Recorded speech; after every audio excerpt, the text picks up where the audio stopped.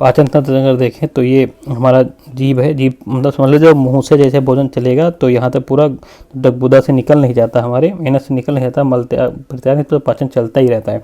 तो हमारा मुंह से पाचन तंत्र है ना, कभी पूछे पाचन तंत्र कहाँ से शुरू होता है तो मुंह से शुरू हो जाता है, हमारा जीभ से, ठीक है, मुंह से शुरू हो जाता है। जीभ है, मुख है, मुख में तुम्हारा क्या निकलता है, लार होता है, लार में तुम्हारा टायरिन एंजाइम होता है, या लारी एमाइलेज होता है। फिर ये ग्रास नली है, ये क्या तुम्हारी ग्रास नली है, भोजन को अमाशय तक ले जाने का काम करती है। ग्रास नली क्या करती है, भोजन को अमाशय तक ले जाने का कार्य करती है। फिर ये डायफ्राम है, क्या तुम्हारा ये डायफ्राम है, तुम्हारा डायफ्राम है। और ये तुम्हारा पित्त है, क्या है, पित्ताशय है तुम्हारा, ये क्या है तुम्हारा पित्ताशय है। यहाँ पित्ताशय में क्या होता है, वसा का इमल्सीकरण होता है, ठीक है, पित्त का भंडारण होता है। क्या होता है, पित्ताशय में वसा का इमल्सीकरण होता है और पित्त का भंडारण होता है पित्ताशय में, ठीक है। और ये तुम्हारा क्या है, यकृत, ये तुम्हारा क्या है, तुम्हारा यकृत, देखो ये तुम्हारा यकृत बना हुआ है, ठीक है, यकृत जिसको हम लीवर बोलते हैं, है ना, ठीक है, यकृत बोलते हैं, ठीक है। यकृत है तो इसमें क्या होता है, पित्त का उत्पादन होता है, यहाँ पर पित्त का उत्पादन होता है यकृत में, और भंडारण कहाँ होता है, पित्ताशय में। ध्यान रखना, पित्ताशय में पित्त का भंडारण होता है, उत्पादन नहीं होता है, यकृत में पित्त का उत्पादन होता है, ठीक है। और यकृत में तुम्हारा लीवर में क्या होता है, ग्लाइकोजेनेसिस होता है, ग्लाइकोजेनेसिस होता है, यूरिया का संश्लेषण करता है, यकृत क्या करता है, यूरिया का संश्लेषण करता है। यहाँ से हमारे कई क्वेश्चन आसानी से क्लियर हो जाएंगे फिगर से, ठीक है, और घटना चक्र का फिगर है, ठीक है। तो ये हो गया तुम्हारा। और ये देखो ये अग्नाशय है, क्या तुम्हारा ये अग्नाशय, यहाँ पर अग्नाशय रस निकलता है, अग्नाशय में क्या निकलता है, अग्नाशय रस निकलता है। उसके बाद ये तुम्हारा क्या है, अमाशय, पेट, खाना खाने के बाद यहीं आता है सीधे, खाना खाने के बाद क्या आता है, पेट में ही आता है, ठीक है। तो डायफ्राम, उसके बाद अग्नाशय आ गया, अमाशय आ गया, क्या आ गया तुम्हारा अमाशय आ गया। अमाशय में क्या होता है, HCl निकलता है, हाइड्रोक्लोरिक अम्ल निकलता है, पेप्सिन एंजाइम निकलता है, प्रोटीन का पाचन होता है। यहाँ पर अमाशय में क्या होता है, प्रोटीन का पाचन होता है, ठीक है, प्रोटीन का पाचन होगा। अमाशय के बाद हमारा ये पहुँचेगा यहाँ पर क्या होता है, फिर पित्ताशय का काम, यकृत का काम शुरू होता है अग्नाशय के बाद, ठीक। देख लिया हमने पित्ताशय, पित्त क्या करते हैं। उसके बाद तुम्हारा ये यहाँ पर इनका भी काम होता है कुछ इसमें, पित्ताशय यकृत का। उसके बाद आ जाता है तुम्हारा भोजन कहाँ, छोटी आंत में, ठीक, क्या आ जाता है, छोटी आंत में। तो छोटी आंत क्या है, ये हाँ, छोटी आंत में कार्बोहाइड्रेट का पाचन होता है, वसा का पाचन होता है, प्रोटीन का पाचन होता है, पचे हुए पोषक पदार्थों का अवशोषण भी होता है। सबसे ज़्यादा भोजन का पाचन कहाँ होता है, छोटी आंत में। यहाँ इसके साथ पाचन के साथ यहाँ पर कार्बोहाइड्रेट का पाचन तो होता ही है, वसा का भी पाचन होता है, प्रोटीन का भी पाचन होता है, और उसके बाद पचे हुए पोषक पदार्थों का अवशोषण भी कहाँ होता है, छोटी आंत में ही होता है, ऐसे घूमी घूमी रहती है, ठीक है। उसके बाद भोजन आता है बड़ी आंत में, कहा था बड़ी आंत में, बड़ी आंत में क्या होता है, जल का अवशोषण होता है, जल का अवशोषण होता है, जल का अवशोषण होता है। देखो अमाशय में हमारा प्रोटीन का पाचन होता है, ध्यान रखना, अमाशय में प्रोटीन का पाचन होता है, ध्यान रखना। उसके बाद तुम्हारा छोटी आंत में, ठीक है, कार्बोहाइड्रेट, वसा, प्रोटीन सबका पाचन होता है, पचे हुए पोषक पदार्थों का अवशोषण भी होता है, बड़ी आंत में जल का अवशोषण होता है। और देखो ये अपेंडिक्स का है, क्या है तुम्हारा अपेंडिक्स का है। और ये अग्नाशय है, ये क्या है तुम्हारा अग्नाशय, अग्नाशय में अग्नाशय रस निकलता है, हमने पढ़ लिया। गुदा फिर क्या होता है, भोजन पच जाएगा, अवशोषण पूरा हो जाएगा, तो जो बचेगा वेस्ट मटेरियल वो हमारा गुदा के द्वारा बाहर निकल जाएगा। तो अब जितने भी क्वेश्चन आए हैं वो देख लेते हैं। तो पहला क्वेश्चन है हमारा, मानव शरीर में पाचन का अधिकांश भाग किस अंग में संपन्न होता है। मानव शरीर में पाचन का अधिकांश भाग किस अंग में होता है, तो तुम्हारा, तो वो होता है तुम्हारा कहाँ, छोटी आंत में। अभी देखा ना छोटी आंत में, तो मानव शरीर में पाचन जो डाइजेशन का अधिकांश भाग छोटी आंत में होता है ना, स्मॉल इंटेस्टाइन में संपन्न होता है। इसके अलावा पचे हुए पदार्थों का अवशोषण भी होता है, मुख्यतः छोटी आंत में ही होता है। अवशोषण भी क्या होता है, मुख्यतः छोटी आंत में ही होता है। हालांकि भोजन का पाचन मनुष्य में मुँह से प्रारंभ होकर बड़ी आंत तक चलता रहता है, लेकिन सबसे ज़्यादा पाचन कहाँ होता है, छोटी आंत में होता है। और मुख्यतः भोजन का पाचन जो होता होने के साथ इसमें क्या होता है, अवशोषण भी होता है। क्या होता है तुम्हारा, अवशोषण भी होता है, ध्यान रखना, ठीक है। कड़वाहट के लिए मानव जीभ का संवेदनशील कौन सा भाग है, ठीक, जो हमारी जीभ कड़वाहट महसूस करती है तो कौन सा भाग है, पीछे का भाग, ठीक है। तो देखो पढ़ लेते हैं, जीभ का जो अग्र छोर है मीठे के लिए है, जो आगे वाला छोर है मीठा, आगे मीठा मीठा लेते हैं ना, पश्च भाग कड़वा है, ठीक है। जीभ के पीछे का भाग कड़वे को महसूस करता है। पार्श्व किनारे खट्टे को, ठीक है, पार्श्व किनारे जो है वो खट्टे को महसूस करते हैं। अग्र छोर एवं किनारे नमकीन स्वादों का अनुभव करते हैं। अग्र छोर एवं किनारे नमकीन स्वादों का अनुभव करते हैं, बहुत इंपॉर्टेंट है, बीपीएससी में पूछा गया 2020 में, अब पीसीएस में भी आ सकता है, यूपीआरओ वगैरह में आ सकता है। तो जीभ का अग्र छोर मीठे के लिए, पिछला भाग कड़वे के लिए, और पार्श्व जो किनारे हैं खट्टे के लिए, और अग्र छोर एवं किनारे नमकीन स्वादों के लिए अनुभव करते हैं। मनुष्य की मुख गुहा में निम्न में से किसका पाचन प्रारंभ हो जाता है, तो मनुष्य की मुख गुहा में किसका पाचन शुरू हो जाता है, तो मनुष्य की मुख गुहा में कार्बोहाइड्रेट का पाचन शुरू हो जाता है। क्या हो जाता है, कार्बोहाइड्रेट का पाचन शुरू हो जाता है। तो देखो मुख गुहा में क्या है तुम्हारा, लार है, क्या है तुम्हारा, लार में कौन सा एंजाइम निकलता है तुम्हारा, एक एमाइलेज निकलता है, एमाइलेज एंजाइम निकलता है, इसमें एमाइलेज एंजाइम निकलता है, एमाइलेज एंजाइम निकलता है। ये क्या करता है, स्टार्च को, स्टार्च में ही कार्बोहाइड्रेट होता है ना, कार्बोहाइड्रेट का एक रूप है। स्टार्च जो है कार्बोहाइड्रेट का एक रूप है। ये स्टार्च को क्या करता है, माल्टोज में, किसमें, माल्टोज में, और किस में तोड़ देता है, डेक्ट्रीन में तोड़ देता है, डेक्ट्रीन में तोड़ देता है। तो इस प्रकार क्या हो गया, मुख्य गुहा में किसका पाचन होता है, कार्बोहाइड्रेट का। स्टार्च का होता है, ध्यान रखना, स्टार्च इसका एक रूप है। स्टार्च जो है कार्बोहाइड्रेट का एक रूप है। स्टार्च का पाचन शुरू हो जाता है मुख्य गुहा में। जो इसका जो एमाइलेज, जो तुम्हारा एमाइलेज एंजाइम जो लार में निकलता है, वो स्टार्च को किस में तोड़ता है, माल्टोज में और डेक्ट्रीन में तोड़ता है। पूछ सकता है ना, स्टार्च को किसमें तोड़ता है। तो कार्बोहाइड्रेट पाचन कहाँ होता है तुम्हारा, मुख्य में। किसका पाचन होता है, कार्बोहाइड्रेट का। अगला क्वेश्चन है कि लार में निम्न से किसके पाचन में सहयोग है, तो स्टार्च के। यहाँ पर देखो कार्बोहाइड्रेट था, यहाँ स्टार्च का नाम आ गया। 2012 में क्वेश्चन है, फिर 2019 में क्वेश्चन है, बार बार रिपीट कर रहा है, यहाँ पर नाम बदला है बस, ठीक है। कार्बोहाइड्रेट का जो स्टार्च जो है, कार्बोहाइड्रेट का ही रूप है, तो स्टार्च आ गया यहाँ पर, ठीक। स्टार्च का पाचन शुरू होता है। तो लार में उपस्थित जो एमाइलेज एंजाइम होता है, वो स्टार्च को शर्करा में तोड़कर इसके पाचन में सहायता करता है, ठीक है। अगला क्वेश्चन है, फिर स्टार्च को जल अपघटन से ग्लूकोज बनाने वाला एंजाइम क्या है। स्टार्च को जल अपघटन से ग्लूकोज कौन बनाता है, ठीक है। तो अभी हमने पढ़ा 1999 में क्वेश्चन पूछा गया था आरएस में, वही 2012 में आरएस में पूछ रहा है, वही एमपीपीएस में 2019 में पूछ रहा है। अब पीसीएस बाकी रह गया, एमपीपीएस में आ चुका है आरएस में, पीसीएस में बाकी रहेगा, और बाकी पता नहीं 80 में कहाँ पूछा हो, ठीक है। तो इसका उत्तर क्या है, स्टार्च को जल अपघटन से ग्लूकोज बनाने वाले एंजाइम का क्या नाम है, ठीक है। स्टार्च से ग्लूकोज कौन बनाता है, तो तुम्हारा क्या है, एमाइलेज ही, एमाइलेज है ना। एमाइलेज नामक एंजाइम का स्त्राव लार ग्रंथियों तथा अग्नाशय द्वारा भी किया जाता है। पूछ सकता है एमाइलेज कहाँ से निकलता है, लार ग्रंथियों से निकलता है। अग्नाशय में भी जो अग्नाशय जिसको हम पेनक्रीज बोलते हैं, पेनक्रियाज बोलते हैं, उसमें भी तुम्हारा इस एंजाइम का होता है, एमाइलेज एंजाइम का, ठीक है, स्त्राव होता है। जो कि भोजन में स्टार्च, जिसको मंड बोलते हैं ना, ये कार्बोहाइड्रेट का एक रूप है, कार्बोहाइड्रेट का एक रूप है मंड, ठीक है। क्या करता है, जल अपघटन के द्वारा ग्लूकोज में ग्लूकोज में बदल देता है, ठीक है। ये हो गया तुम्हारा। अगला क्वेश्चन, मानव शरीर में यकृत वसा के पाचन में महत्वपूर्ण भूमिका निभाता है। मानव शरीर में जो है यकृत वसा के पाचन में महत्वपूर्ण, कथन है यकृत 2 महत्वपूर्ण वसा पाचक एंजाइम उत्पन्न करता है। तो इसमें बताओ ये सही कौन से, दोनों सही हैं, व्याख्या भी सही है कि ए और दोनों सही, लेकिन व्याख्या नहीं सही है। तो इसमें कौन सा होगा तुम्हारा, ये जो ए सही है, परंतु आर गलत है। क्योंकि आर गलत क्यों इसलिए है, क्योंकि जैसे यहाँ लिखा है यकृत 2 महत्वपूर्ण वसा, ठीक है, पाचक एंजाइम उत्पन्न करता है, ठीक है। तो यकृत जो है, ठीक है, क्या करता है, यकृत वसा पाचक एंजाइम उत्पन्न नहीं करता है, वसा पाचक एंजाइम उत्पन्न नहीं करता है। हमने देखा था ना यकृत क्या करता है तुम्हारा, देखो हमने इस फिगर में देखा था यकृत को हमने देखा था, ये क्या करता है, पित्त का उत्पादन करता है। और यहाँ पर क्या होता है, यूरिया का संश्लेषण होता है, ग्लाइकोजेनेसिस होता है। यहाँ पर कहीं नहीं लिखा है कि ये वसा पाचक एंजाइम करता है, उस तरह लिखा है, कहीं नहीं लिखा ना। तो इस फिगर से हमारा बहुत क्वेश्चन हो जाएगा। तो ये तुम्हारा इस फिगर से ही क्वेश्चन है। तो यकृत ये नहीं करता है, ठीक है, यकृत वसा पाचक एंजाइम उत्पन्न नहीं करता, तो ये गलत है, ये सही है। मानव शरीर में यकृत वसा के पाचन में महत्वपूर्ण भूमिका निभाता है। मानव शरीर में यकृत वसा के पाचन में महत्वपूर्ण भूमिका निभाता है, लेकिन ये वसा पाचक एंजाइम का उत्पादन नहीं करता है, ध्यान रखना, ठीक है। तो ये आहार तुम्हारा केस में गलत है, पर ये तुम्हारा सही है। यकृत से पित्त के थैले में पित्तरस पहुंचता है, यकृत से पित्त के थैले में पित्तरस पहुंचता है, जो वसायुक्त भोजन के पाचन में महत्वपूर्ण भूमिका निभाता है ना। यकृत वसा पाचक एंजाइम का उत्पादन नहीं करता, ये व्याख्या हो गई। हाइड्रोक्लोरिक एसिड किस अंग में स्थित होता है, हाइड्रोक्लोरिक कहाँ होता है, हमने भी फिगर में देखा था, कहाँ हो सकता है, अमाशय में, HCl जिसको बोलते हैं, इसी को HCl को बोलते हैं ना। HCl कहाँ उत्पादित होता है, अमाशय में, हमने उसमें देखा था, ठीक है। अमाशय में HCl उत्पन्न होता है, ठीक है। तो अमाशय में जो HCl उत्पन्न होता है, ये अमाशय में जो HCl निकलता है, ठीक है, क्या करता है, ठीक है।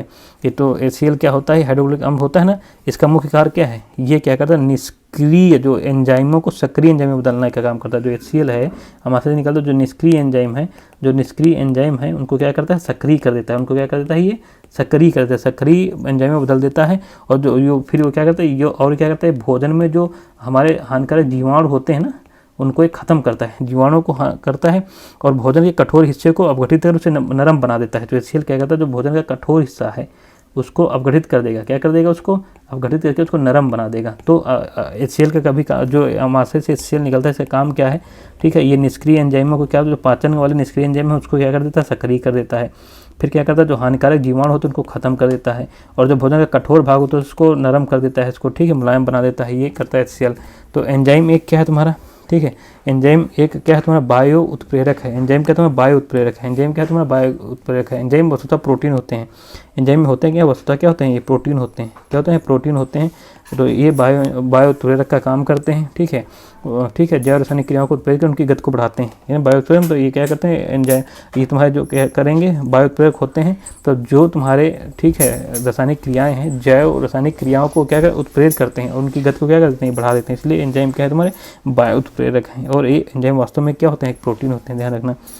एंजाइम मूलतः क्या होते हैं, देखो एक क्वेश्चन पूछा गया 2010 में आया था, फिर देखो कितनी बार यूपी पीसीएस 1996 में, यूपी पीसीएस मेन 2004 में, एमपी पीसीएस प्री 1990 में, उत्तराखंड पीसीएस 2002, उत्तराखंड पीसीएस, मतलब इसी नाम से बार बार क्वेश्चन पूछा गया। यहाँ पर एक ही नाम से बार बार क्वेश्चन आया, एक ही तरह है तो एक ही जगह लिख देते हैं, और जो अलग अलग नाम से पूछा तो उसको अलग अलग लिखते हैं, कैसे कैसे। इसलिए घटनाचक्र वाली किताब, घटनाचक्र की किताबें बहुत अच्छी हैं, प्रीवियस ईयर का अगर अध्ययन कर लोगे तो मतलब बहुत एग्जाम आसानी से निकल जाएंगे। और यही जो छोटे छोटे क्वेश्चन है बाद में एसएससी वगैरह में जीके में पूछते रहते हैं वो, ठीक है, यहीं से उठा के पूछते हैं, छोटे छोटे एग्जामों में यहीं से पूछते हो, कितनी बार पूछा गया। तो एंजाइम मूलतः क्या है, एंजाइम मूलतः प्रोटीन है, अभी देखा हमने ऊपर। एंजाइम क्या है, मूलतः क्या है, एंजाइम एक मूलतः प्रोटीन है, ठीक है। क्या है, इनका प्रोटीन है। इनका निर्माण कैसे होता है, इनका निर्माण होता है तुम्हारा नाइट्रोजनी से, कि किससे होता है, नाइट्रोजनी पदार्थों से होता है, नाइट्रोजनी पदार्थों से इनका निर्माण होता है, नाइट्रोजनी पदार्थों से इनका निर्माण होता है, या नाइट्रोजन पदार्थ कह लो, या फिर इनको अमीनो अम्ल कह लो, क्या कह लो, अमीनो अम्ल के संश्लेषण से इनका निर्माण होता है, अमीनो अम्ल के संश्लेषण से इनका निर्माण होता है, ठीक, संश्लेषण से इनका निर्माण होता है। प्रोटीन क्या कहते हैं, एंजाइम मतलब प्रोटीन है जिनका निर्माण क्या होता है, नाइट्रोजनी पदार्थों से या अमीनो अम्ल के संश्लेषण से इनका निर्माण होता है, ठीक है। ये लोग करते क्या है, हमने देखा ना, ये उत्प्रेरक का, जैव उत्प्रेरक का काम करते हैं। एंजाइम क्या करते हैं, उत्प्रेरक का काम करते हैं, ठीक है, ठीक है। ये उसी प्रकार काम करते हैं एंजाइम, जिस प्रकार एक ताला खोलने के लिए विशेष चाबी होती है ना, उस प्रकार काम करते हैं एंजाइम, ठीक है, जैव उत्प्रेरक का काम करते हैं, ठीक है। उसके बाद आगे देखें, अधिकतर एंजाइम होते हैं प्रोटीन। दोबारा फिर क्वेश्चन आ गया बीपीएससी में 2022 में, देखो री एग्जाम में आया, 2022 में आया, लेटेस्ट में आया, ठीक है। तो क्या होते हैं तुम्हारे अधिकतर एंजाइम, क्या होते हैं, प्रोटीन होते हैं अधिकतर एंजाइम। बार बार भैया पढ़ लो अच्छे से, मजा नहीं तो पैसे वापस हो जाएंगे, तुम्हारा टाइम जो वेस्ट हो रहा है। आओगे तो यहाँ पर टाइम नहीं वेस्ट होगा, आपको सही जानकारी मिलेगी, ठीक है। एंजाइम हैं, क्या है एंजाइम भाई, एंजाइम प्रोटीन है, क्या है एंजाइम तुम्हारे, प्रोटीन है, ठीक है।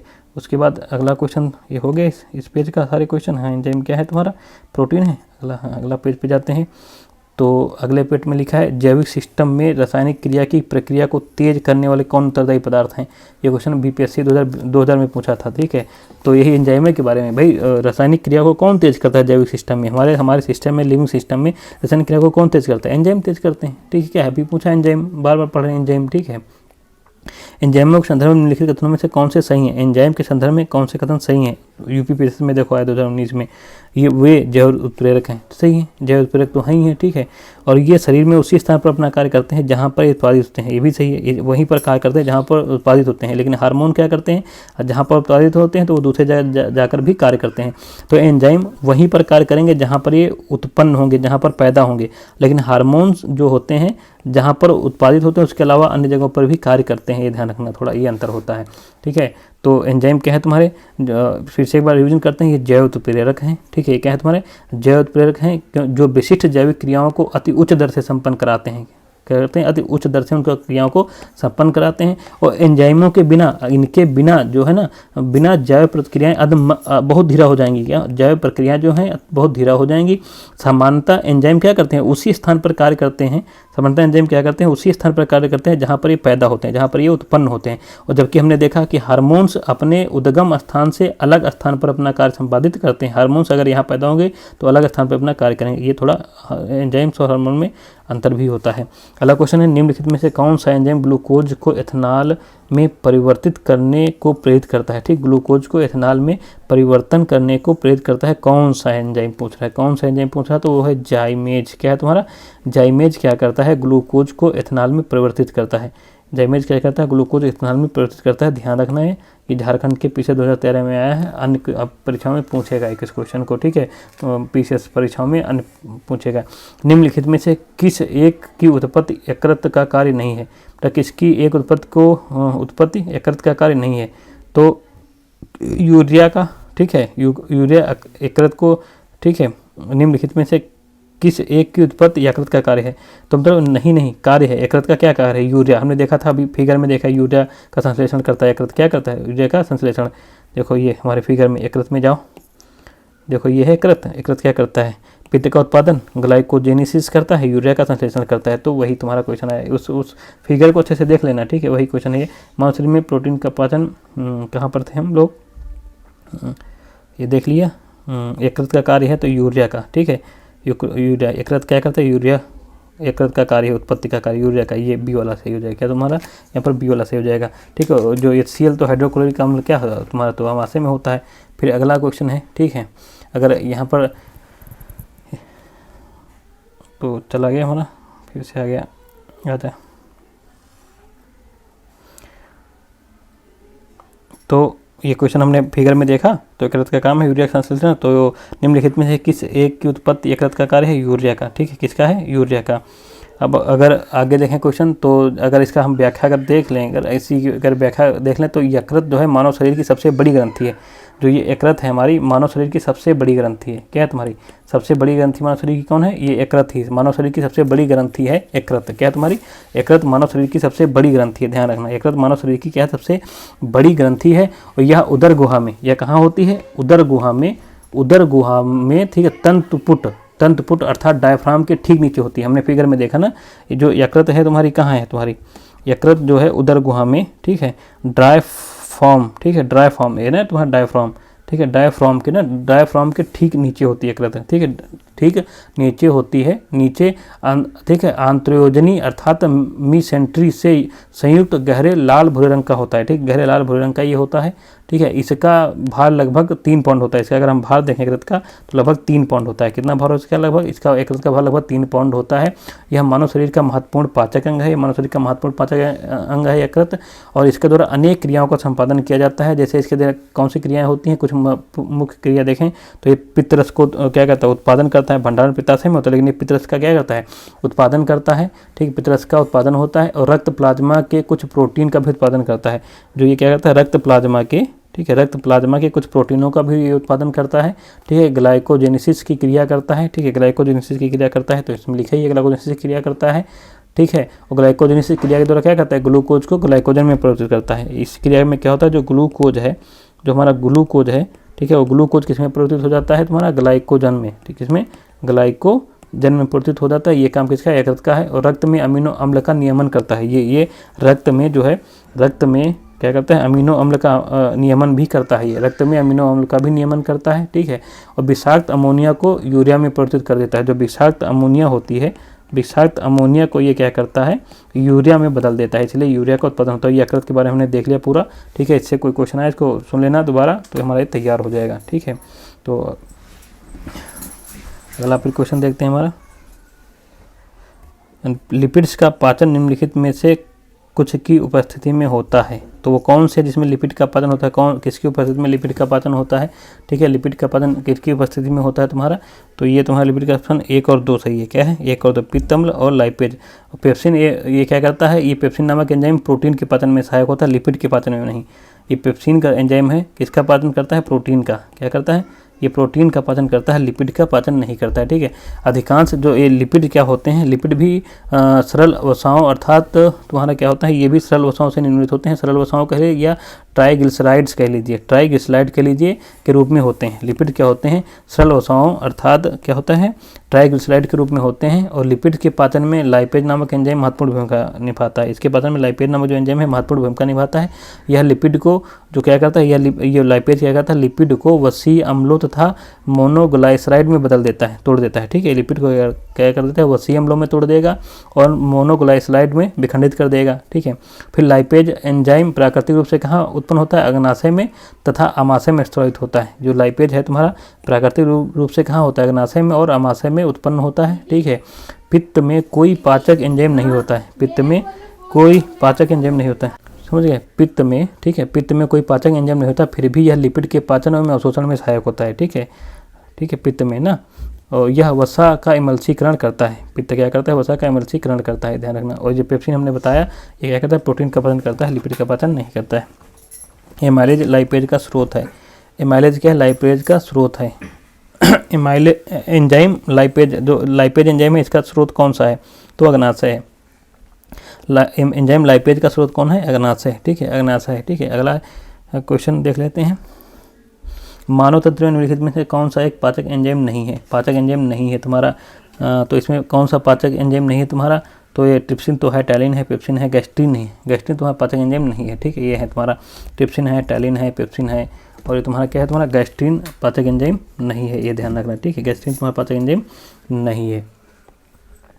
अगला क्वेश्चन,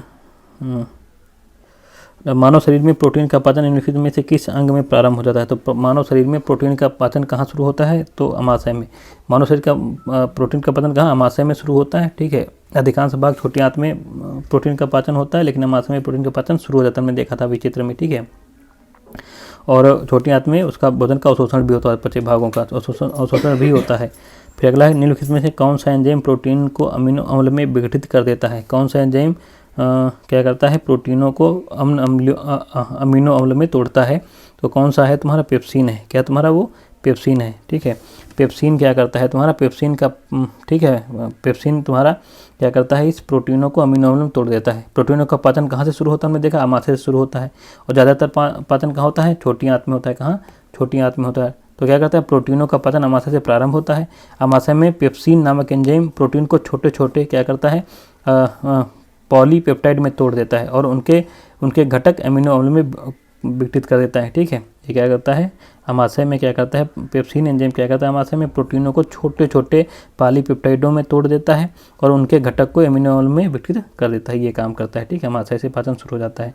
अगला है क्वेश्चन, हमारे आहार में सभी प्रोटीनों का पाचन केवल क्षुद्रांत में होता है। सभी प्रोटीनों का पाचन केवल क्षुद्रांत में होता है, गलत है यार। अमाशय में भी तो होता है, ठीक है। तो एक गलत हो जाएगा तुम्हारा। अग्नाशय से प्रोटीन का पाचन करने वाले एंजाइम को क्षुद्रांत में छोड़ा जाता है, ठीक है। अग्नाशय से क्या कह रहा है इसमें? देखो, अग्नाशय से, ठीक है, अग्नाशय से प्रोटीन का पाचन करने वाले एंजाइमों को क्षुद्रांत में छोड़ा जाता है, ये सही है। लेकिन ये गलत है। केवल तो भी ध्यान देने वाला, तो क्षुद्रांत में नहीं, अमाशय में भी होता है प्रोटीन का पाचन, तो ये गलत है। तो इसमें ये गलत है और सही है, तुम्हारा हो जाएगा। प्रोटीनों के पाचन में सहायक एंजाइम कौन से हैं? प्रोटीनों के पाचन में सहायक एंजाइम कौन से हैं तुम्हारे? ठीक है, प्रोटीनों के पाचन में सहायक एंजाइम कौन सा है इसमें? तो ट्रिप्सिन है। क्या तुम्हारा? ट्रिप्सिन है। ट्रिप्सिन क्या करता है? प्रोटीनों को पाचन में सहायता करता है। हमने देखा था ना यहाँ पर, कौन सा क्वेश्चन देखा था? कौन सा एंजाइम प्रोटीनों को अमीनो अम्ल में तोड़ता है? तो हमने यहाँ पर देखा पेप्सिन देखा था, ठीक है। उसके बाद अब ये क्वेश्चन आ गया तुम्हारा, प्रोटीनों के पाचन में सहायक एंजाइम कौन सा है तुम्हारा? ट्रिप्सिन है। क्या तुम्हारा? ट्रिप्सिन है। देखो, देखा ना कि आहार नाल में प्रोटीनों का पाचन अमाशय से ही प्रारंभ हो जाता है। तो आहार नाल में प्रोटीन का पाचन कहाँ से? अमाशय से शुरू हो जाता है, ठीक है। और जिसके लिए जठर रस में पेप्सिन नामक एंजाइम क्या करता है? जठर रस में पेप्सिन नामक एंजाइम होता है। कौन सा? पेप्सिन नामक एंजाइम होता है जो प्रोटीन को पेप्टोन में बदल देता है। प्रोटीन को पेप्टोन में बदल देता है। अमाशय के पश्चात भोजन जब ग्रहणी में पहुंचता है, मतलब छोटी आंत में पहुंचता है, तो अग्नाशय द्वारा अग्नाशयिक रस भोजन से जा मिलता है। इसे प्रोटीन के पाचन के लिए ट्रिप्सिन नामक एंजाइम होता है ना। तो जो अग्नाशय जो रस निकला है, ठीक है, वो भोजन में मिल जाता है ना। उस रस में क्या होता है तुम्हारा? यही होता है, ट्रिप्सिन एंजाइम होता है, ठीक है।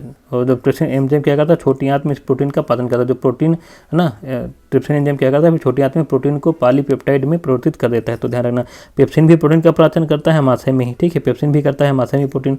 छोटी आंत में कौन? ट्रिप्सिन सहायक होता है इस प्रोटीन का पाचन करने में। थोड़ा थोड़ा जो शब्दावली है उस पर ध्यान रखना, ठीक है। अगला क्वेश्चन है, कौन से प्रोटीन में एंजाइम ट्रिप्सिन उत्प्रेरक का कार्य करता है? तो कौन ठीक है, कौन से परिवर्तन में एंजाइम ट्रिप्सिन है उत्प्रेरक का कार्य करता है, ठीक है। कौन से एंजाइम में ट्रिप्सिन? तो वो है प्रोटीन को अमीनो अम्ल में, अभी इसमें की व्याख्या में देखा ना, प्रोटीन को अमीनो अम्ल में तोड़ने में ये क्या करता है? ट्रिप्सिन का ही कार्य है, ठीक है। तो हमने देखा, फिर से इसका रिवीजन कर लेते हैं। तो देखो, ट्रिप्सिन नामक एंजाइम का स्राव कहाँ होता है? अग्नाशय द्वारा किया जाता है। किसके द्वारा किया जाता है? अग्नाशय द्वारा ट्रिप्सिन एंजाइम का स्राव किया जाता है। ध्यान रखना, अग्नाशय ही ट्रिप्सिन का क्या करता है? स्राव करता है, ठीक है, किया जाता है, जो कि प्रोटीन को अमीनो अम्ल में तोड़ता है। क्या करता है? ट्रिप्सिन क्या करता है? प्रोटीन को अमीनो अम्ल में क्या कर देता है? तोड़ देता है, ठीक है। परिवर्तन करने के लिए उत्प्रेरक का कार्य करता है। तो ट्रिप्सिन क्या करता है? प्रोटीन को अमीनो अम्ल में, ठीक है, तोड़ने के उत्प्रेरक का कार्य करता है।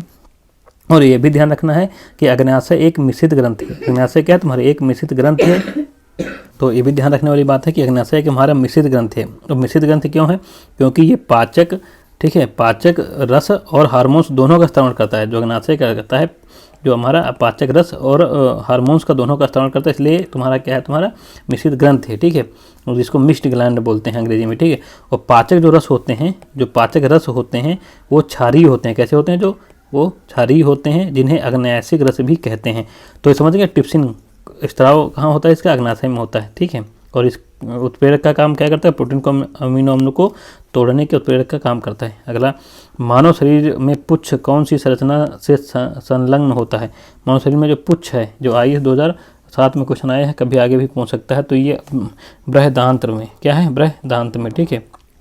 पुच्छ मतलब जिसको अपेंडिक्स बोलते हैं, हमने चित्र में देखा है, तो कहाँ से जुड़ा होता है, बृहदांत्र में जुड़ा होता है, ठीक। बृहदांत्र, पुच्छ को हम अंग्रेजी में क्या बोलते हैं, अपेंडिक्स, ठीक है, क्या बोलते हैं, अपेंडिक्स। तो वही कौन सी संरचना में संलग्न होता है पूछ रहा, तो बृहदांत्र में, बृहदांत्र में। कहाँ होता है ये, बृहदांत्र में, ठीक है, बृहदांत्र में, ठीक। बृहदांत्र मतलब बड़ी आंत, बृहदांत्र मतलब बड़ी आंत होती है, क्या होती है तुम्हारी, बड़ी आंत, ठीक है, बड़ी आंत को बृहदांत्र बोलते हैं। तो उसी से संलग्न होता है अपेंडिक्स का, अपेंडिक्स, ठीक है, हमने भी देखा है फिगर में। अगला क्वेश्चन देखते हैं, तो मानव शरीर में जो है हमारा, ठीक है, मानव शरीर में क्षुद्रांत जिसे छोटी आंत कहते हैं, 3 संरचनात्मक भागों में बटी होती है, कितने, 3 भागों में होती है जो तुम्हारी, ठीक है। ये छोटी आंत रहती कहाँ है, 3 भागों में होती है। तो इसमें क्रम सेट करना है तुम्हारे, घटते क्रम, ह्रासम तो घटते क्रम, तो सबसे बड़ा सबसे पहले हो, फिर उससे छोटा उससे छोटा। तो छोटी आंत होती कहाँ, तो ये अमाशय, क्या होती है, अमाशय, और तुम्हारी बड़ी आंत के बीच में छोटी आंत होती है, और 3 भागों में होती है, कितनी होती है, 3 भाग होते हैं। तो इसमें जो होता है 3 भाग कौन होते हैं, ग्रहणी होती है, क्या होती है तुम्हारी, ये ग्रहणी होती है, ठीक है, क्या होती है तुम्हारी, ग्रहणी होती है।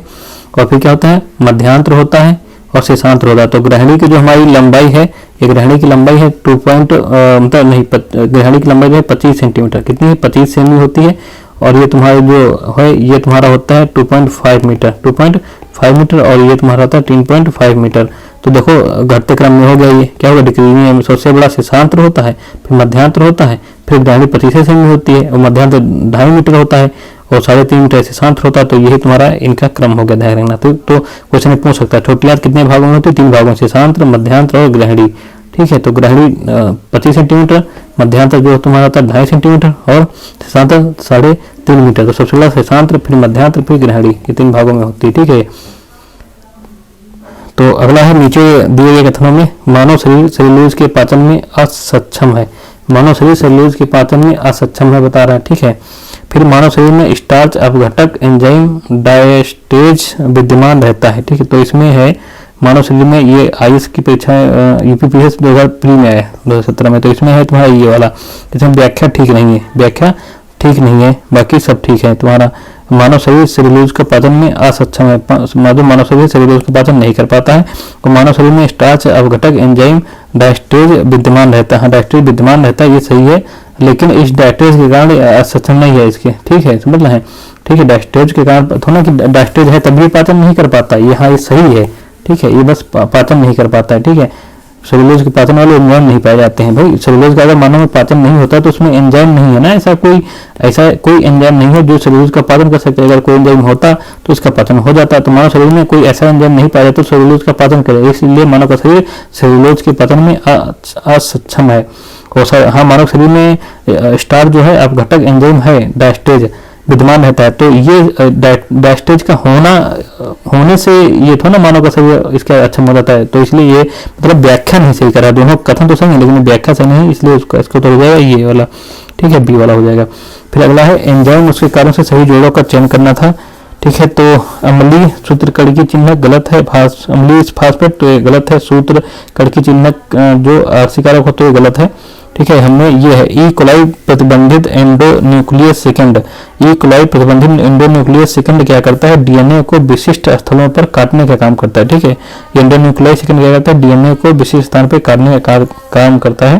तो ये सही है इसमें, ठीक है, दोबारा इसका सही है क्योंकि ये क्वेश्चन तुम्हारा 2013 में आया, करंट में था उसका आया, तो दोबारा पूछना कोई जो नहीं, करंट का क्वेश्चन है इसलिए इसको ज़्यादा ध्यान नहीं देना है, हमें फैक्ट पे ध्यान देना है जो आगे क्वेश्चन में आ सकते हैं। अगर अगला भी कोई मिलाने वाला पूछा गया, टाइलिन है, पेप्सिन है, वेरिन है, ऑक्सीटोसिन है, ठीक है। ये तुम्हारा कब आया है, तुम्हारा आईएएस की परीक्षा में 2001 में आ रहा है, ये दोबारा पूछेगा और कई परीक्षाओं में पूछेगा, ठीक है। क्योंकि आईएएस के जो फैक्ट हैं एक एक फैक्ट को अलग अलग छोटी छोटी परीक्षा में, एसएससी में है, वनडे एग्जाम में है, सब में पूछता है, इसलिए हमें आईएएस के क्वेश्चन के फैक्ट को अच्छे से रखना है। ये 10 बार 12 साल बाद 10 साल बाद पूछे जाते हैं। तो टाइलिन तुम्हारा क्या है तुम्हारा, ठीक है, टाइलिन क्या है तुम्हारा, ठीक है, स्टार्च को पचाता है। देखो यहाँ पे टाइलिन क्या करता है तुम्हारा, स्टार्च को पचाता है। टाइलिन क्या करेगा, स्टार्च को पचाने में मदद करेगा। पेप्सिन क्या करेगा, प्रोटीन को पचाने में, पास है प्रोटीन, पास है पेप्सिन पे ध्यान रखना ठीक से। पेप्सिन क्या करेगा, प्रोटीन को पचाएगा, हमने देख लिया, प्रोटीन को पेप्सिन पचाता है, ठीक है, ठीक है, प्रोटीन पेप्सिन पचाता है। और रेनिन क्या करता है, रक्त में क्या करता है, रक्त में एजी ठीक है एंजियोटेंसिनोजन को क्या करता है, एंजियोटेंसिन में बदल देता है। ठीक है, रक्त में जो है एंजियोटेंसिनोजन जो होता है, नोजन को क्या करता है, ये एंजियोटेंसिन में बदल देता है। ये रेनिन का काम है। ठीक है, रक्त में ठीक है, रक्त इसका काम है। ऑक्सीटोसिन क्या करता है, ऑक्सीटोसिन तो मतलब जानते हैं, ऑक्सीटोसिन क्या करता है, मृषण पेशियों में सिकुड़न को प्रेरित करता है, मृषण पेशियों में सिकुड़न को प्रेरित करता है। ठीक है, तो ये हो गया। ठीक है, अब ये वसाओं का जलवटन से इसमें नहीं था कोई मिलाने वाला, 5 थे, यहाँ पर 4 था, ये 5 हो गया। ठीक है, तो हो गया, कहीं इसकी व्याख्या भी हमने दी होगी, तो ये ध्यान कर लेना। हाँ, टाइलिन स्टार्च को पचाता है, पेप्सिन क्या प्रोटीन को पचाता है, रेनिन क्या करता है, रक्त में जो एजियोटेंसिनोजन होता है उसको एंजियोटेंसिन में बदल देता है। ठीक है, ये रेनिन। और ऑक्सीटोसिन क्या करता है, जो मिश्रण पेशी हैं, जो स्मूथ मसल्स हैं में सिकुड़न प्रेरित करता है। ऑक्सीटोसिन क्या करता है, जो स्मूथ वाली मसल्स हैं, मिश्रण पेशियां हैं, स्मूथ मसल्स हैं, उसमें सिकुड़न को प्रेरित करता है ऑक्सीटोसिन, ये ध्यान रखना। टाइलिन स्टार्च को पचाता है, पेप्सिन प्रोटीन को करता है, रेनिन जो रक्त में एंजियोटेंसिनोजन होता है उसको एंजियोटेंसिन में बदल देता है। ठीक है, ये हो गया। फिर देखो ये तुम्हारा आ गया, फिर एंजाइम, हार्मोन, प्रोटीन तुम्हारा ये पूछा गया, कब क्वेश्चन आया है तुम्हारा, आरओ में भी आया, 2021 में ही पूछा गया, आरओ में 2021 में। देखो आरओ में 2021 में ही पूछा गया, कितनी बार आईएएस में आया था। देखो आईएएस 1996 में, 1996 में आईएएस में आया था, फिर 98 में पूछा गया था सब लोअर में, अब आरओ में 2021 में आया। देखो मतलब इसलिए आईएएस के क्वेश्चनों को फोकस करना है, फैक्ट वाले, वो हमारे पीसीएस के और आरओ वगैरह के स्टेट के एग्जाम में खूब पूछता है, 2021 में मेन पूछ रहा है, मतलब इसीलिए हम आईएएस के फैक्ट वाले क्वेश्चन पे ज्यादा जोर देते हैं। जैसे फैक्ट रख लो अच्छे से, आईएएस वाले पुराने क्वेश्चनों को 20-20 साल बाद भी पूछ रहा है। ठीक है, देखो 20 साल के बाद, मतलब 21 में पूछ रहा है, मतलब 1996 में। ठीक है, 4 साल 24 साल बाद पूछ रहा है क्वेश्चन, और जिसका हो गया होगा तो उसका तो सिलेक्शन भी हो गया होगा, एक नंबर से लोगों का सिलेक्शन लिखता है। देखो तो विटामिन क्या करता है हमारा, कैरोटीन का, विटामिन क्या है, कैरोटीन है, एंजाइम क्या है, पेप्सिन है, हार्मोन क्या है, टेस्टोस्टेरोन कह लीजिए, टेस्टोस्टेरोन या प्रोजेस्टेरोन हार्मोन है तुम्हारा, प्रोटीन क्या है, कैरोटीन है, जिसमें नाखून बनाने वगैरह बने होते हैं ना, कैरोटीन, तो विटामिन तो कैरोटीन है। ठीक है, प्रोटीन कैरोटीन है। ठीक, कैरोटीन, विटामिन क्या है, कैरोटीन है, प्रोटीन क्या है, केरेटिन है, नाम दो थोड़ा अंतर है। ठीक है, हार्मोन क्या है, ये है, एंजाइम क्या है, पेप्सिन है, यही मिलाने का क्वेश्चन तुम्हारा आया था यहाँ पे। ठीक है, हो गया तुम्हारा। आगे इसका क्वेश्चन है, कार्बोहाइड्रेट के अपघटनोपरांत है, कार्बोहाइड्रेट के अपघटन के बाद में अंतिम रूप से क्या बनता है। जब कार्बोहाइड्रेट का अपघटन हो जाएगा, ठीक है, अंतिम रूप से क्या बन जाएगा तुम्हारा, तो ग्लूकोज बनेगा। क्या बनेगा तुम्हारा, ग्लूकोज बनेगा। ठीक है, तो पाचन में कार्बोहाइड्रेट जब अपघटन हो जाता है उसके बाद ग्लूकोज बनता है, और ग्लूकोज बनेगा, यही हमारा शरीर को क्या देता है, ऊर्जा, एनर्जी देता है। ये हमारे शरीर को क्या देता है, एनर्जी। ठीक है, ग्लूकोज जो बनेगा। ठीक है, ये ध्यान रखना। पाचन में कार्बोहाइड्रेट के अपघटन के उपरांत ग्लूकोज बनता है, जो कोशिकाओं को ऊर्जा प्रदान करता है। ठीक है, शरीर में अतिरिक्त ग्लूकोज ग्लाइकोजन में परिवर्तित होकर भंडारित रहता है। तो कहाँ भंडारित रहता है, ठीक है, वो रहता है यकृत में। ठीक है, कहाँ भंडारित रहेगा, यकृत में। कहाँ भंडारित रहेगा, यकृत में। तो जो ना यकृत है मानव शरीर की सबसे बड़ी ग्रंथि में पड़ा है, ठीक है, जिसका प्रमुख कार्य क्या है, रक्त में उपस्थित अतिरिक्त ग्लूकोज को क्या करेगा, ग्लाइकोजन में बदल देगा। क्या करेगा, ग्लाइकोजन में बदल देगा। ठीक है, ग्लाइकोजन में बदल देगा। अतिरिक्त ग्लूकोज है, तुमने खाया पिया ज्यादा, और ज्यादा तुम्हें ग्लूकोज मिल गया, ज्यादा ऊर्जा तुमको मिल गई, तो ये क्या यकृत क्या करेगा, उसको ग्लाइकोजन में बदल देगा, और फिर अपने आप में अपने पास रख लेगा, उसको क्या कर लेगा, अपने पास रख लेगा। और आवश्यकता पड़ने पर क्या करेगा, जब मान लो तुम भूखे हो, कभी व्रत रहे, कुछ रहे, जब भूखे, तो यकृत क्या करेगा, इसी ग्लाइकोजन को क्या करेगा, फिर से ग्लूकोज में बदल के ऊर्जा प्रदान करता है। ठीक है, समझ में। इसलिए हमारे शरीर में कभी जो कमी होती है, भूख लगती है, हम खाना नहीं खा पाते हैं, कहीं फंस जाते हैं, तो यकृत उसी टाइम में हमारी मदद करता है। इसलिए मनुष्य को कहते हैं हफ्ते में एक दिन व्रत रहना चाहिए, क्योंकि अब यकृत कहाँ तक ग्लाइकोजन को संचित रखेगा, इसकी लिमिट होती है। जो लिमिट से बाहर जाता है तब मनुष्य के यकृत पे, लीवर पे, फेफड़े पे जोर पड़ता है, तो मनुष्य बीमार रहने लगता है। इसलिए मनुष्य को मेहनत करनी चाहिए। अगर जो मेहनत नहीं करता है, खाता रहता है, उसको हफ्ते में एक दिन व्रत रहना चाहिए, जिसलिए कुछ जो ऊर्जा है ग्लाइकोज, जिसको ग्लाइकोजन में बदल के यकृत में भंडार कर रखा है, अपने में भर रखा है, तो उसको कम से कम खर्च तो कर सके। समझ रहे हो। यकृत में मांसपेशियों में ऊर्जा जमा होती है। ठीक है, यकृत में मांसपेशियों में ऊर्जा जमा होती है, किस रूप में जमा होती है, तो अभी पढ़ा ना, ग्लाइकोजन के रूप में। 2015 में पूछ रहा, 2004 का क्वेश्चन पीसीएस में पूछ रहा है। ठीक है, प्री में, बीपीएससी के पीछे में, यूपीएससी में आया था, ये यूपीपीसीएस में आया था, मेन 2004 में, 15 में पूछ रहा है। यकृत किसमें रखता है, ग्लाइकोजन में, वही होगा, ग्लाइकोजन में रखता है, ग्लाइकोजन के रूप में।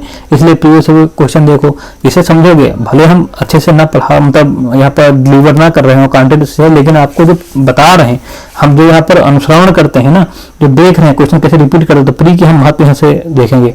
फिर है 10 दिनों पर, अगर हम 10 दिनों से अधिक हम दिन तक अगर उपवास रखें, उपवास नहीं उपवास है ये क्या तुम्हारा, अगर 10 दिन से ज़्यादा अगर हम उपवास रखें, क्या रखें हम उपवास रखें करने पर क्या प्रभाव होगा, हमारे लीवर क्या पर क्या प्रभाव पड़ेगा। तो हमारे जब 10 दिनों से ज़्यादा हम उपवास रखेंगे तो लीवर में हमारा क्या हो जाएगा, ग्लूकोज का स्तर कम हो जाएगा। क्यों भाई, यकृत को ही लीवर तो बोलते हैं, और अब यकृत क्या कहता है, ग्लूकोज को ग्लाइकोजन में बदलता है, क्या बोलता है, ग्लाइकोजन में बदल के अपने पास रखे हैं।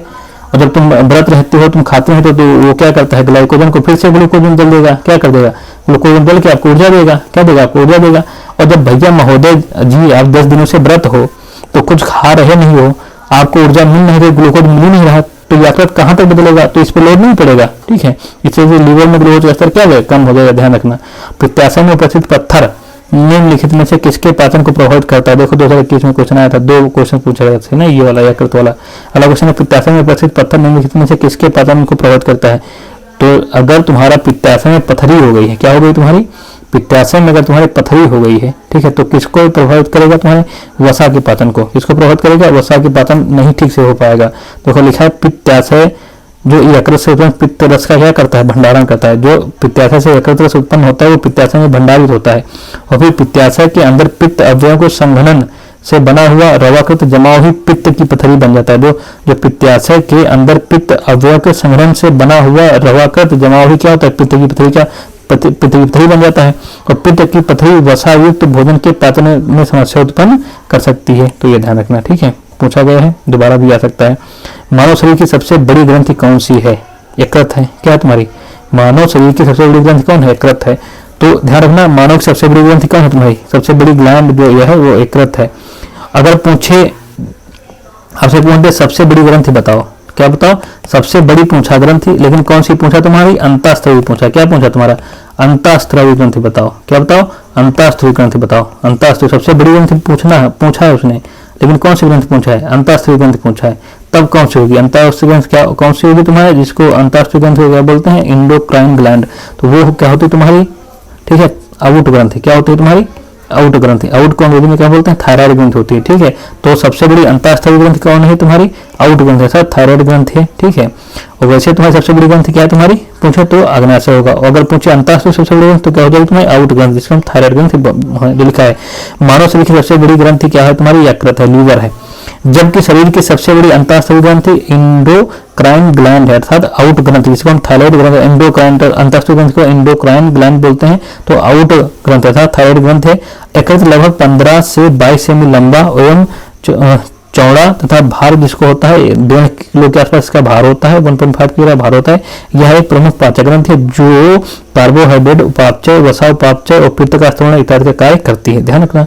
अगला है, मानव शरीर में सबसे बड़ी ग्रंथि कौन है, प्लीहा, अग्नाशय, पित्ताशय और अपेंडिक्स। तो कौन सी है मानव शरीर में, यकृत, ठीक है। मानव शरीर में कहा गया यकृत है, सबसे बड़ी ग्रंथि क्या तुम्हारी, ये अग्नाशय, लाल ग्रंथि और अधिवृक्क। तो सबसे बड़ी ग्रंथि कौन है तुम्हारी, यकृत है। फिर निम्न में अंगों में से पित्त का संचय किसमें होता है, पित्त का संचय किसमें होता है, अभी हमने पढ़ा था पित्त का संचय किसमें होता है तुम्हारा, पित्त का संचय हमने पढ़ा था ना, यहाँ पर पित्त में होता है। देखो यहाँ पर ग्रंथि, ठीक है, यकृत इतना होता है, ठीक है, जो स्त्रावण करता है, ठीक है। ये तुम्हारा तो पित्त का संचय कहाँ होता है तुम्हारा, पित्त, ठीक है। तो तुम्हारा होगा ये क्वेश्चन है, कहाँ का क्वेश्चन है, यहाँ निम्न अंगों में पित्त का संचय किसमें होता है, निम्न अंगों में पित्त का संचय कहाँ होगा तुम्हारा, तो पित्ताशय में होगा, कहाँ होगा तुम्हारा, पित्ताशय में होगा, ठीक है। अगला क्वेश्चन है तुम्हारा, शरीर के किस भाग में पित्त का निर्माण होता है, तो यकृत में, कहाँ होता है, यकृत में। तो पित्त का निर्माण कहाँ होता है तुम्हारा, यकृत में होता है, हमने देखा था, ठीक है, यकृत में पित्त का निर्माण होता है, ठीक है, यकृत में पित्त का निर्माण होता है। देखो पित्त को अंग्रेजी में बोलते हैं बाइल, ठीक है, बाइल का इस्तेमाल कहाँ होता है, यकृत में होता है। लेकिन इसका संचय का कार्य कौन करता है, पित्ताशय। पित्त का निर्माण कहाँ होता है, यकृत में, पित्त का निर्माण कहाँ होगा, यकृत में, और संचय कौन करेगा, पित्ताशय करेगा, ये ध्यान रखना, ठीक है। निम्न पर विचार कीजिए, मानव शरीर की दूसरी सबसे बड़ी ग्रंथि है, यह मानव शरीर की सबसे दूसरी बड़ी ग्रंथि है। इसका रस एक विशेष प्रकार की कोशिकाओं से स्रावित होता है और तथा ये क्षारीय होता है। इसके रस को पूर्ण पाचक रस कहा जाता है। दूसरी सबसे बड़ी ग्रंथि है, इसका इससे एक रस जो निकलता है, ठीक है, विशेष प्रकार का रस निकलता है जिसको हम जो क्षारीय होता है, और इसको पूर्ण पाचक रस कहा जाता है, पूर्ण पाचक रस कहा जाता है। किसके बारे में है, अग्नाशय के बारे में। क्या तुम्हारे, अग्नाशय के बारे में। दूसरी सबसे बड़ी ग्रंथि है, मानव शरीर की दूसरी सबसे बड़ी ग्रंथि है अग्नाशय, और इसका रस विशेष प्रकार की कोशिकाओं से स्रावित होता है और रस क्षारीय होता है, और इसके रस को पूर्ण पाचक करता कौन है, अग्नाशय है। क्या तुम्हारा, अग्नाशय है, ठीक है। अगला क्वेश्चन है तुम्हारा, सामान्य मानव के संदर्भ में निम्न कथनों पर विचार कीजिए। सामान्य HCl की मौजूदगी की अनुक्रिया के रूप में ग्रहणी से सेक्रेटिन उत्पन्न होती है। ठीक है, सेक्रेटिन उत्पन्न होती है। और उसके बाद तुम्हारा क्या कहता है, वसी अम्लों की मौजूदगी की अनुक्रिया के रूप में क्षुद्रांत से एंटोरोगेस्ट्रान उत्पन्न होता है। हाँ, ये भी होता है, तो दोनों सही है। ठीक है, व्याख्या देख लेते हैं इसमें कि सेक्रेटिन नामक हार्मोन का स्रावण कायम की अम्लीयता से प्रोत्साहित होता है, जो कि जठरी स्रावण को रोकता है। क्षुद्रांत द्वारा एंटोरोगेस्ट्रान नामक हार्मोन का स्रावण होता है। जो क्षुद्रांत छोटी आंत है ना, उससे क्या होता है, एंटोरोगेस्ट्रान नामक हार्मोन का स्रावण होता है। तो सेक्रेटिन जो है नामक हार्मोन का स्रावण कायम की अम्लीयता से प्रोत्साहित होता है। किससे? कायम की अम्लीयता से प्रोत्साहित होता है, जो जठरी स्रावण है। जो जठरी स्रावण को क्या करता है, रोकता है। ठीक है, सेक्रेटिन जो जठरी स्रावण को रोकता है। और छोटी आंत क्षुद्रांत द्वारा क्या होता है, एंटोरोगेस्ट्रान नामक हार्मोन का स्रावण होता है। तो इसमें ये आयुष में पूछा 2003 में दोबारा, लेकिन देखो ये फैक्ट नहीं है, तुम्हारा कॉन्सेप्ट है, तो ये दोबारा क्वेश्चन रिपीट नहीं होगा। तो आयुष का जो तुम्हारा फैक्ट होता है रिपीट होता है, तो इस पे ज़्यादा जोर देने की बात जरूरी नहीं है। मेन चाहिए याद रखना कि सेक्रेटिन कहाँ किससे संबंधित है, HCl से संबंधित है। ठीक है, HCl की मौजूदगी की अनुक्रिया के रूप में ग्रहणी से सेक्रेटिन उत्पन्न होता है। ग्रहणी से ध्यान रखना, छोटी आंत से। ठीक है, क्या है तुम्हारी छोटी आंत से, ग्रहणी से। ठीक है, वसी अम्लों को की मौजूदगी की अनुक्रिया के रूप में क्षुद्रांत से एंटोरोगेस्ट्रान उत्पन्न होता है। छोटी आंत से तुम्हारा एंटोरोगेस्ट्रान हार्मोन उत्पन्न होता है, ध्यान रखना। बस जो एकदम फाइट क्वेश्चन होते हैं इसके वही रिपीट होते हैं, बाकी कॉन्सेप्ट और रिपीट नहीं होते हैं। ठीक है, ये ध्यान रखना। तो हमारा ये भी हो गया, पूरा हमने पढ़ लिया। ठीक है, पाचन तंत्र। जय हिंद, जय भारत।